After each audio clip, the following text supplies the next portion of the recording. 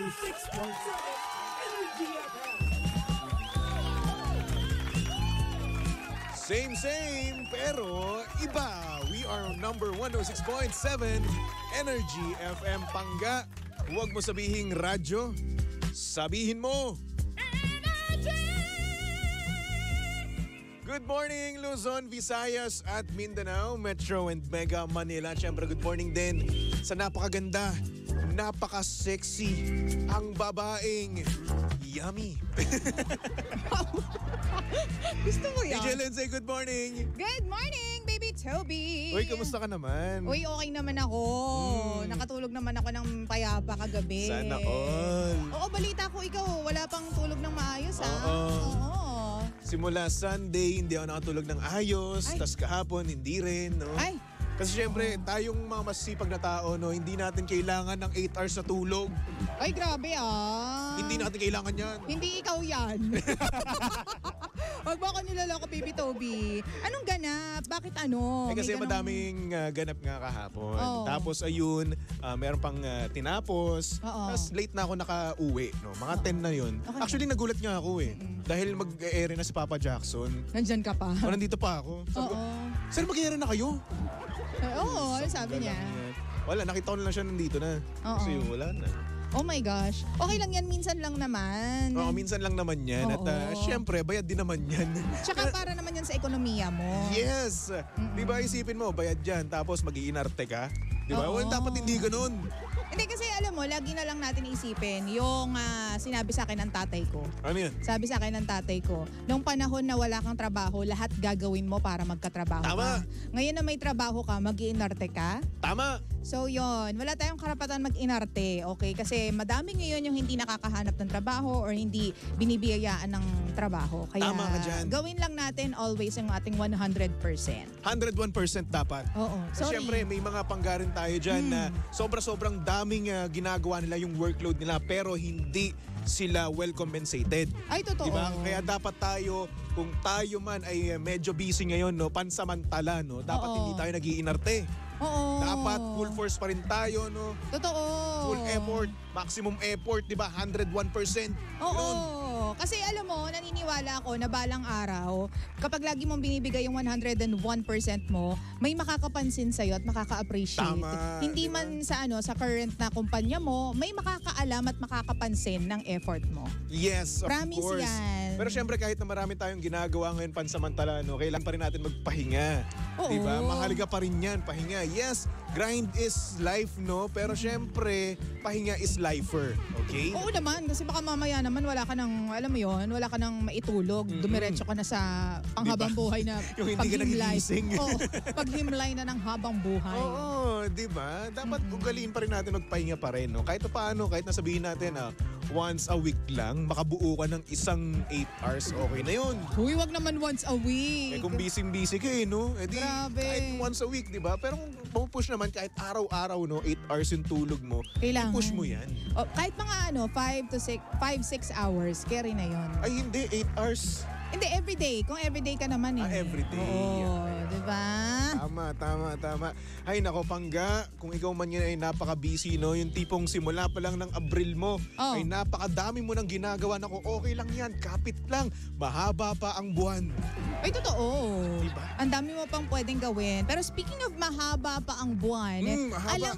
alam mo bo? Ay, alam mo ba na grabe Oh. na ngayon ang init ng panahon dahil sa El Grabe. Nino, as in super tagtuyot, ha? Alam mo, ito kwento ko lang, ha? Tagtuyot ka rin ba? Oo. Ang tagal ng tagtuyot. Oo. Mag-iisang taon na. Hindi, kasi yung bulsa natin tagtuyot din. Oo. Yung bank account ko, especially. Oo, tagtuyot. So, ayun na nga. Kahapon nga, no? Oo. So, lumalabas-labas ako. Mm. Diyan lang sa may lobby natin, diyan sa Energy FM. Uy, anong yari? Sa labas ng booth, di ba? Sa labas ng Ma-TH eh. Coco Martin, ikaw so, ba yun na nga. Oo. Sa labas ng booth natin, no? Apaka-init agad-agad. Ramdam na ramdam mo agad yung init, no? Totoo. What more pa kaya pag nasa labas ka? Alam mo, pag lumabas ka, halimbawa galing ka sa isang room na may aircon. Pag lumabas ka, as in yung first step mo pa lang, para kang para kang nag-travel na sa ibang dimension. Tama. Diba? Para kang nasa ibang planeta Parang na. nasa impyerno. Ganyan. lang yan. At least Di ba? alam mo, ngayon pa lang alam mo na kung anong feeling O doon. ikaw ha, kung Oo. masamang damo ka, Oo. o alam mo na. Total doon din naman tayo lahat. Trial card na yan ha.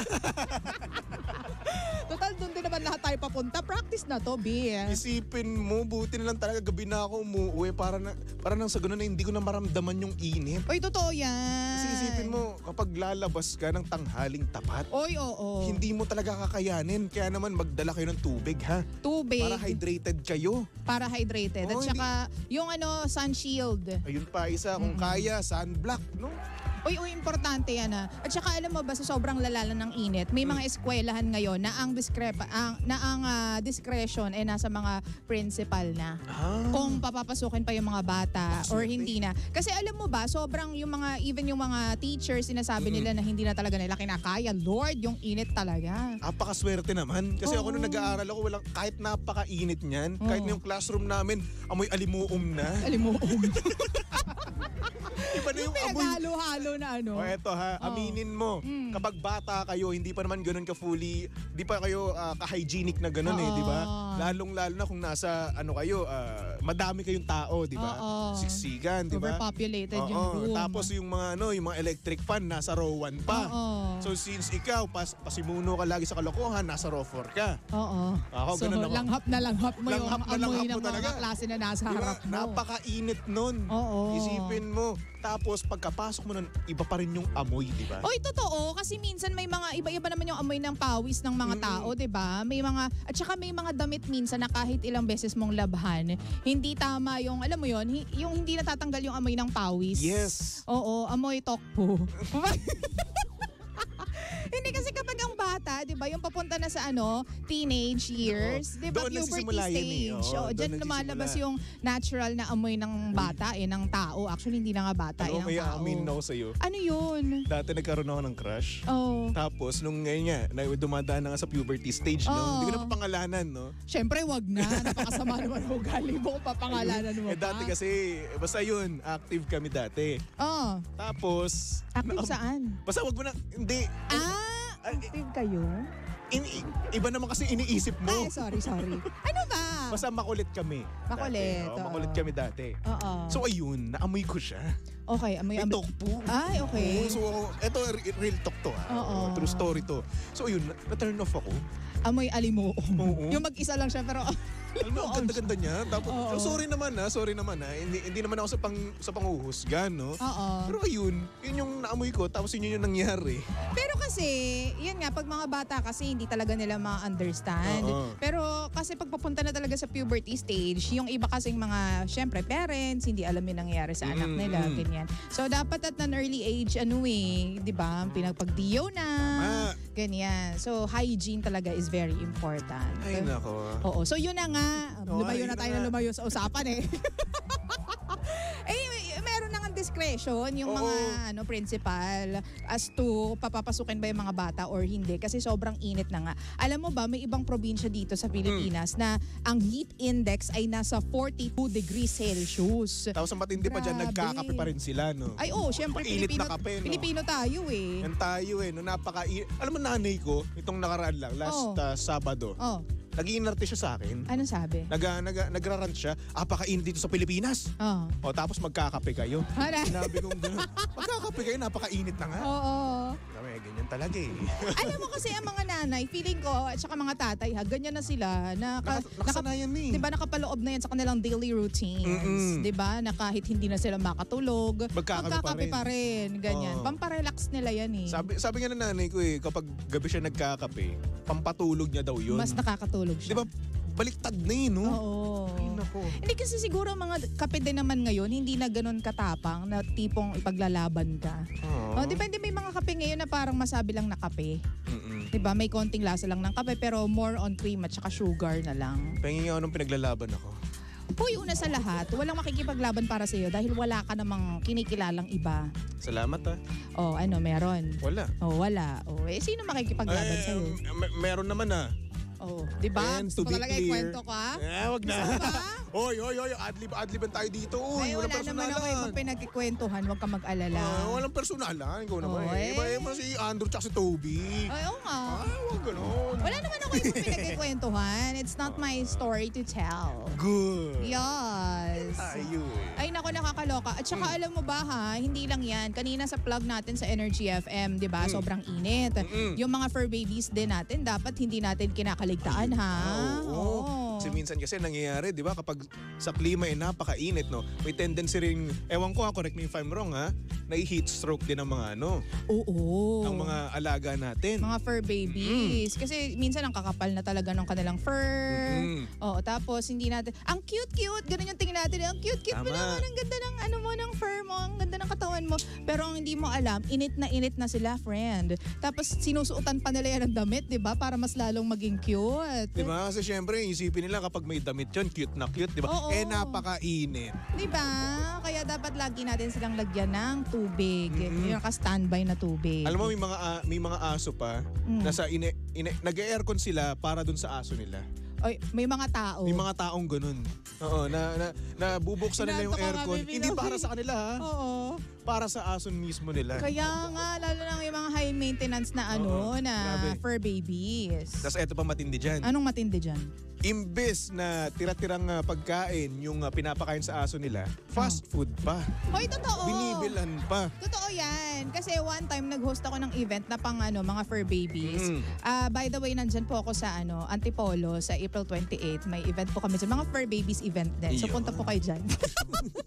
Hindi nga. Alam mo, may mga fur babies na hindi sila kumakain ng pagkain na regular lang, table food, hindi ganon, or dog food. Gusto Diba? nila laging fast food. Chicken pa, no? Oo. Alam mo, dati may nakausap ako.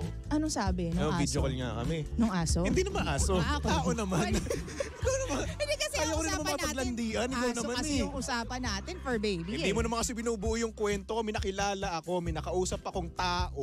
Okay. Naka-video call ko. Okay. Tapos habang ka-video call ko, pinapakain niya ng chicken yung aso niya. Ang syalan. Shala, no? Diba? Samantalang ako, kinakain ko nun, tira-tira.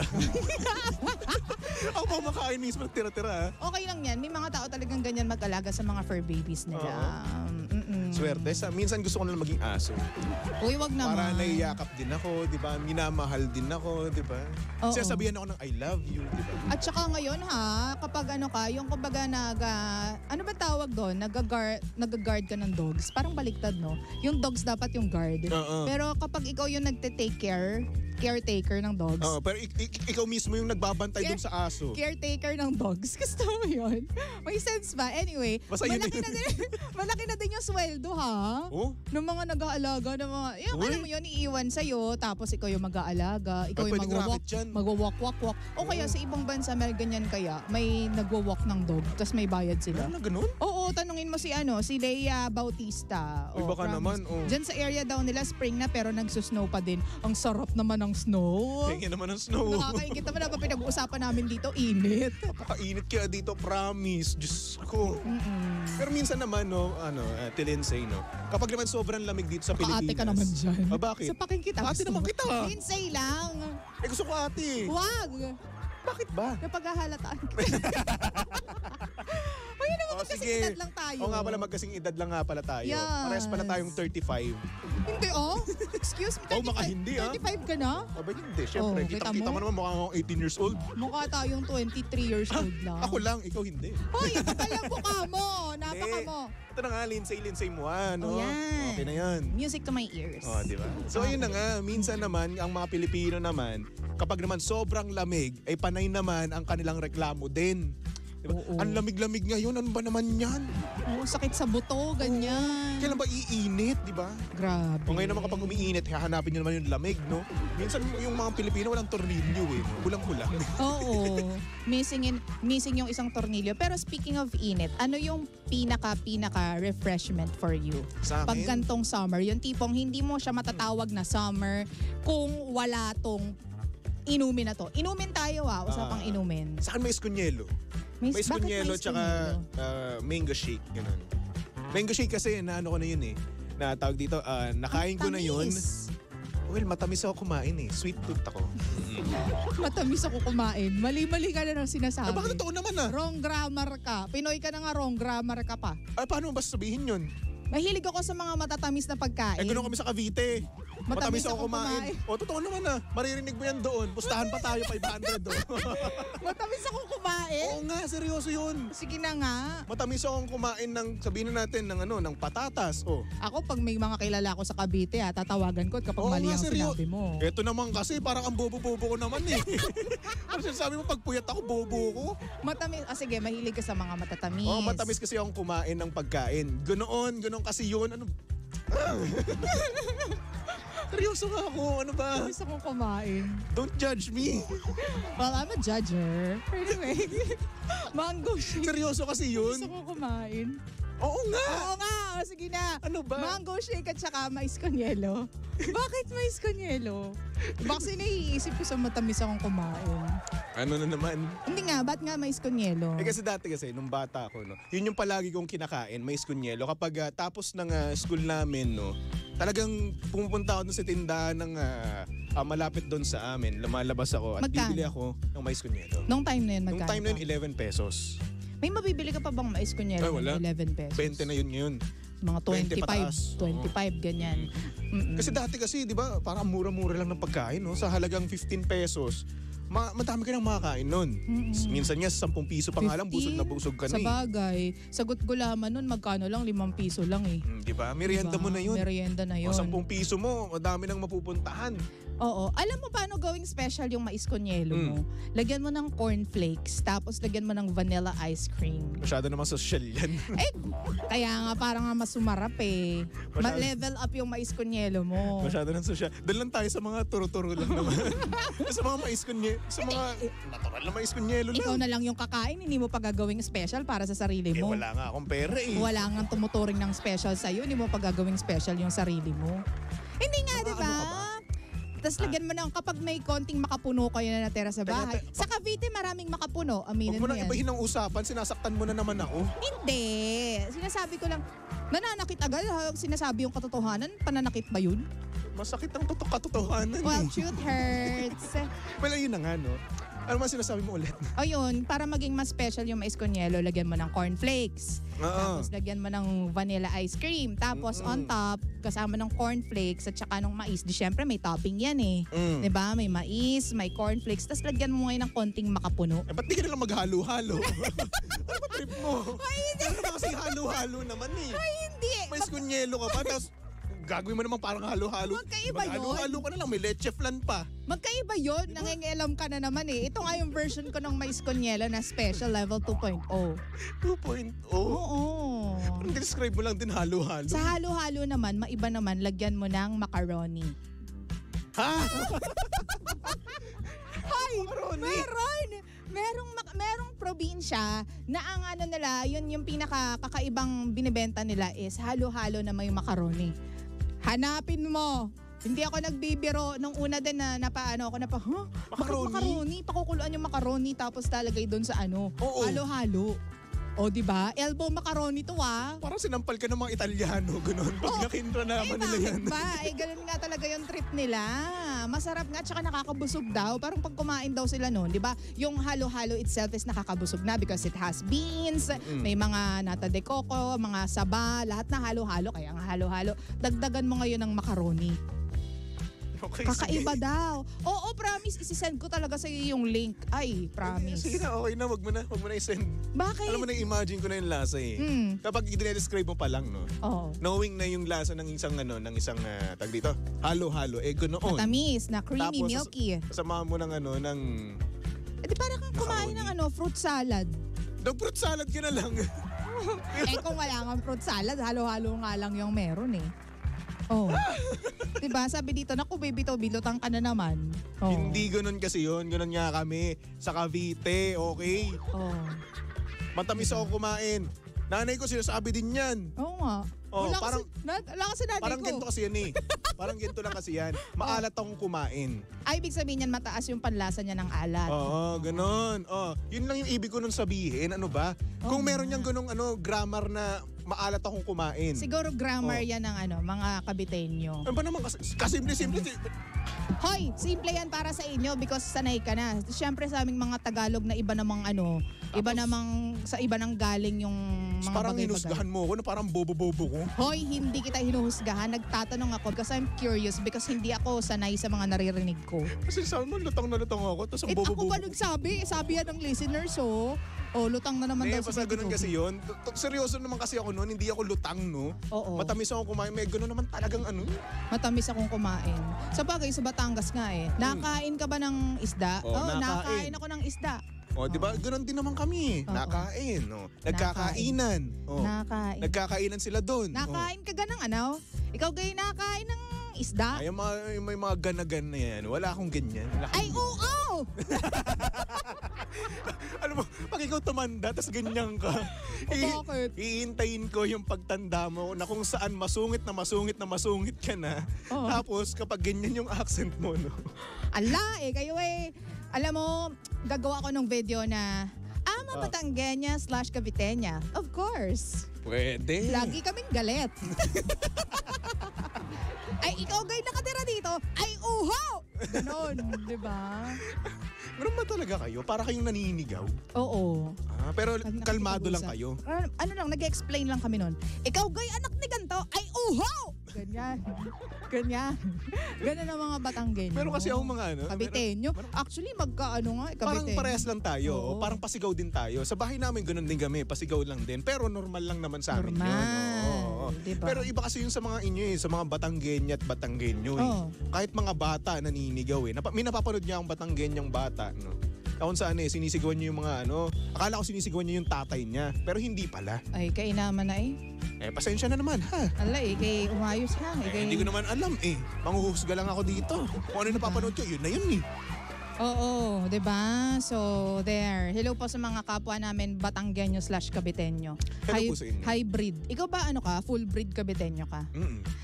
Nanay mo at saka tatay mo from Cavite. Actually, hindi ko sure. Pero oo, alam ko. Pero ito fun Hanggang fact doon lang. sa lahi, Ito. sa dugo niya, hindi siya sure. Pero may alam ako. Saang bagay ka sure? Eto. May history yung pamilya namin, yung Oh. Villanueva na side, Oh. na national hero yon sa noveleta. Oh, National hero. na dapat mayaman kami pero hindi. Ang nangyari, naganda bago-bago yung mga yung mga senaryo sa mga buhay ng dun sa ninuno ng tatay ko. No? Oo. So ayun, mahirap kami ngayon. Bilang napag-uusapan yung mga lahi-lahi at mga ancestors ha, eto talaga promise, pinagmamalaki ko na yung lahi namin sa Batangas. Kami kamag-anak ng unang jowa ni Jose Rizal. Ay wow. Hindi mo na itatanong. Ang aking nanay mula sa lahi ng mga Katigbak. Katigbak. Ano Katigbak? Unang Katigbak yung surname. Unang jowa yan ni Jose Rizal. Hindi ko alam, nakalimutan pasensya ko yung na. first name ng unang jowa ni Jose Rizal dito sa Pilipinas. Oh. She's actually from Laguna. Tapos yung nanay ko, may mga, syempre, Batangas, Laguna, napakalapit lang, 'di ba? Isang tumbling lang. So, sabi ko noon, mula nga kami dito sa sa family tree na to. Ay wow. So, nakakaano. Kaya Pwede. Nakaka-proud pala yung lahi natin. nakaka-proud. Oo. Ano nangyari sa akin? Ano nangyari sa atin? Ayan, ganyan ka. Nga ako. Matamis kang kumain. Oo. Ay, ninuno ko, national hero sa noveleta. Ako, dumadaldal. At least dapat i-research mo kung ano yung mga achievements niya, ganyan. Alam mo, nakwento na sa amin yan nung ninong ko. Kasi aware siya sa mga ganun namin sa pamilya namin Oo, dapat meron isang aware. Kaso nga lang, nagiinom kami nun. Oo. So ako, nakalimutan ko na. Naku, hindi kaya mga usapang lasing lang yung Hindi, totoo yun. national hero. Totoo yun, seryoso yun. Oo. Oo, seryoso na ninuno ko talaga yun. Yung hindi naman kwentong lasing yun. Okay. Dami rin kasi nagsabi na yung ninunungan namin national hero nga daw. Sana kinuha mo man lang yung pangalan. Nakalimutan ko nga. Lahat na lang nakalimutan mo. Oo, ang dami. Hoy, kung hindi nakasabit yan, malamang nakalimutan mo na rin yan. Ay hindi, hindi ko to kakalimutan. Lagi ko tong dala, promise. Kaya nga. Bit ko to, sabit to sa akin. Oy, basahin natin dito, sabi dito, Abet Mendoza, akala mo'y bingi ang kausap, gayon kayo sa Lemery. Ha ha ha, proud Batanggenyo. Ay, Lemery. Oo, Lemery, Batangas. Batangas. Malapit yan sa Taal Volcano. Yeah, sabi ni Joy Joy, mababait talaga mga taga Batangas. Alay, sobrang mababait. Hindi natin alam kung ano ba to. Sarcastic ba to o ano? Kami tayo Depende. kayo mababait. Mga taga Batangas kayo mababait. Si Tilinsoy naman, mabait ka naman ah. Hybrid na kasi ako. Hybrid Tsaka ka mas na. matagal ako kasi dito sa Manila. So, basta yung nanay ko ay Batanggenyo, yung tatay ko ay Caviteño.